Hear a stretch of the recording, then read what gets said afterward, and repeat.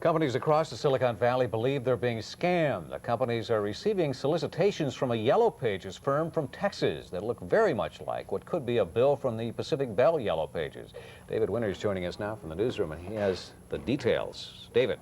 Doug, the company apparently is one of many that have sprung up in recent years. They are producing a Yellow Page directory to compete with Pacific Bell's. The problem comes when you cannot tell the difference between those companies' solicitations for ads and what appears to be a bill from the phone company.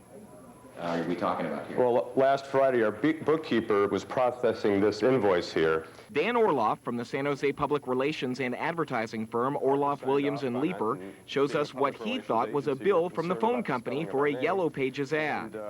It showed a copy of his current Yellow Pages ad in the Pacific Bell Yellow Pages and asked for $98 if he wanted the same ad to appear in next year's directory. Orloff's company was ready to send a check, but first wanted to correct a misspelling. The bookkeeper called the phone company, and the man said, "Most of our bills for our customers will appear directly on their telephone bill." Orloff took a closer look. The invoice stated it was, in fact, not from Pacific Bell. On the top of the invoice, it calls itself Yellow Page. On the phone book, it says Pacific Bell Yellow Pages. And at the bottom of the invoice, it says, "We are not the telephone company," in small writing. To the right, it says, "This is not a bill, it is a solicitation, and you are under no obligation unless you accept this offer." Pacific Bell says it deals with similar situations all the time. It has no recourse because the term Yellow Pages and the walking fingers are not copywritten. But it does have a problem with this company apparently taking the ad and the map from its directory. They're not allowed to do that. That is against the law. It's against the law to use anything from our directory without our permission.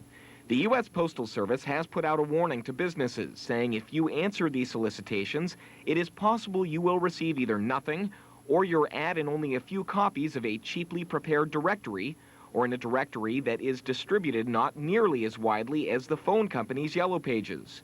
We called the company in Dallas. A representative there says, "We have done everything and more required to us by law." And people are confused if they think the ad is a bill, and most people just assume without reading. Well, the postal inspector agrees with the company. It warns, read any invoice carefully. Call the phone company if you are suspicious. If the solicitation is deceptive or you're unsure about the directory, don't advertise in it. And if you do get bilked, for instance, you pay for advertising and the directory never comes out, call the postal inspector because that is a federal violation. Doug, back to you. Are we, bottom line here, are we talking a scam? Well, it's hard to tell. It's only if the people pay the directory company and the directory never gets published.